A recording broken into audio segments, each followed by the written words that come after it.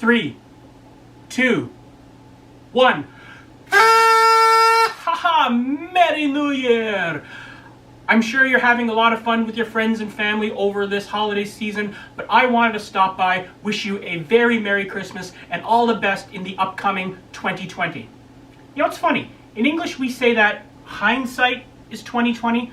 Well, not this time. This is the only time in history where we will be able to say that foresight is 2020. Hindsight was 2019. So before you get back to your partying or relaxing, whatever you're doing, I wanted to take a minute to look back at my 2019 because it was a year of tremendous change and upheaval. In fact, 3 major changes went on in my life in 2019.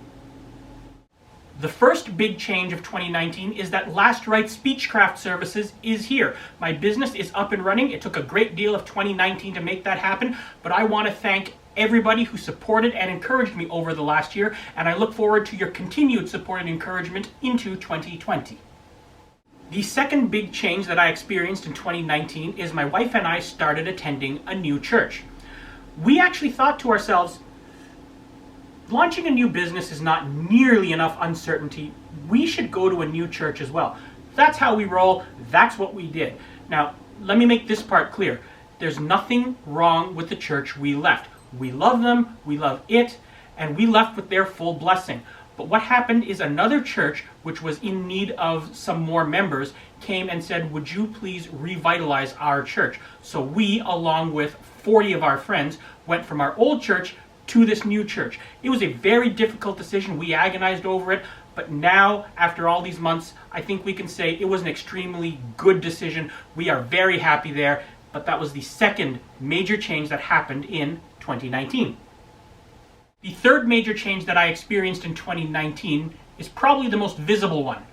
See, actually back in 2018, my doctor came to me and said, we need to talk about your sugar. You are pre-diabetic. You need to get that under control, because if you can't, I am putting you on medication. Well, I ran out of excuses and I was running out of time. So I changed my diet, I started exercising, and in 2019, I lost 30 pounds. And I want to spend a little more time talking to you about that. You know how I know I've lost all that weight? The scale tells me I've lost it. My friends tell me I've lost it. My clothes tell me I've lost it. Look how much space there is in my collar now. Despite all of this evidence, I actually can't see that I've lost it. When I look in the mirror, I actually see the same fat guy looking back at me who looked back at me 1 year ago. My perception is different from reality. And I think a lot of people's self-perception is different from reality.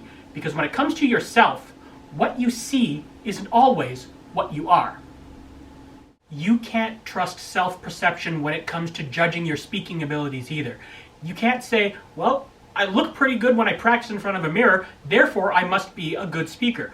Well, the way I saw myself in a mirror is different from the way everybody else saw me. And the way you see yourself when you're speaking in front of a mirror could be different from the way other people see you as well. You need objective, outside evidence to let you know how things are really going with your speaking abilities.